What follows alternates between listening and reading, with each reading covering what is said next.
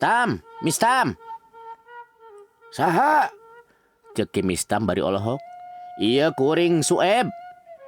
Cek Sueb mani di tasjid nyebut Sueb na oge. Jap ka dia tuh. Nah mani subuh-subuh kene geus ka dieu. Boa-boa aya keperluan penting beureunan. Cek Miss Tam bari mukakeun panto ngajak asup ka sobatna. Ye pugu. Nya ieu ge manakah dia oge aya keperluan. Tapi ari penting mah henteu ketang. Sakadarek ngobrol hungkur ieu mah. Cek Sueb bari asup ke dapur sarta gek diuk hareupeun hawu. Di ditu tuh. Dilebet geura ulah di dieu kotor. Cek Miss Tam ka Sueb ngajak di jero. Keun we atuh ngeunah-ngeunah si duru puguh. Da make lagi pakaian kotor ieu. Baik we atuh ari resep si duru mah. Kawas kuring ge ieu. Cek Miss Tam bari nying hareupan deui sobatna. Aya perlu naon atuh ka kuring teh?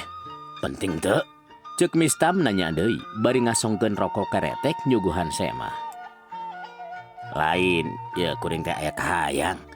Nu teu parok jeung nu sejen. Aduh, teu kumaha euy. Cek Sueb ngamimitian nyaritakeun kahayangna. Naon kitu? Cek Miss Tam bari olohok. Keke urang lalaunan geura. Bisi aya cak-cak bodas. Ka dia geura ka dia. Dengekeun sing deukeut. Cek Sueb bari derekdek nyaritakeun maksud kahayangna ka Miss Tam. Nyaeta hayang boga pamajikan kaneng Komariah putra Pak Haji Japar anu geulis. Tah, kumaha euy? Satuju kitu mun kuring boga pamajikan kadinya? Cek ki Sueb ka Miss Tam bari melotot neuteup. Miss Tam ungut-ungutan bari seuri nyerengeh na jero hatena. Beuteun deui ka kujur ngarampakan badan ieu mah.